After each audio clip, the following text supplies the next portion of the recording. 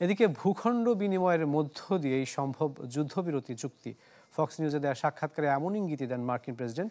বিষয়টি নিয়ে কিয়েভের সাথে আলোচনা হবে বলেও জানিয়েছেন তিনি।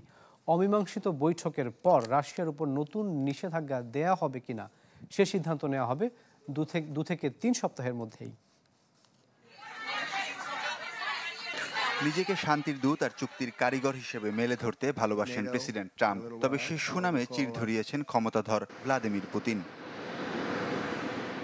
এত কাঙ্ক্ষিত বৈঠকের পর ট্রাম্পের মুখে ছিল স্পষ্ট বার্তা, যা ইউক্রেন ও ইউরোপীয় মিত্রদের কাছে স্বস্তির বিষয় বলে মত আন্তর্জাতিক গণমাধ্যম কর্মীদের।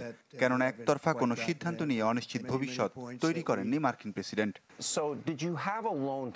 বৈঠক আর সংবাদ সম্মেলন শেষে ফক্স নিউজকে সাক্ষাৎকার দেন ট্রাম্প। ইঙ্গিত দেন রাশিয়া ইউক্রেনের যুদ্ধ বন্ধ হবে, তবে তা মস্কোর কাছে কিছু ভূখণ্ড তুলে দেওয়ার মাধ্যমে। যুদ্ধ বন্ধে রাশিয়ার চাহিদা অনুযায়ী ইউক্রেনকে তাদের ভূখণ্ড দিতে হবে। এগুলো মেনে নিয়ে ইউক্রেনকে চুক্তি করতে হবে। আমি মনে করি আমরা যুদ্ধ শেষের খুব কাছে আছি। রাশিয়ার দখলে এরই মধ্যে আছে ইউক্রেনের প্রায় 1/5 এলাকা। দোনেস্ক, লুহানস্ক, খেরসন এবং ঝাপোরিজিয়া ছাড়াও খার্কিভ, সুমি, মিকোলাইভ এবং নিপ্রোপেট্রোভস্কের কিছু অঞ্চল এখন মস্কোর নিয়ন্ত্রণে। ক্রামাটোরস্ক ও স্লোভিয়ানস্কের মতো শহরেও অবিরাম হামলা চালানোর চেষ্টা করছে রুশ বাহিনী, যা মস্কোর হাতে গেলে বদলে যাবে ইউক্রেনের মানচিত্র।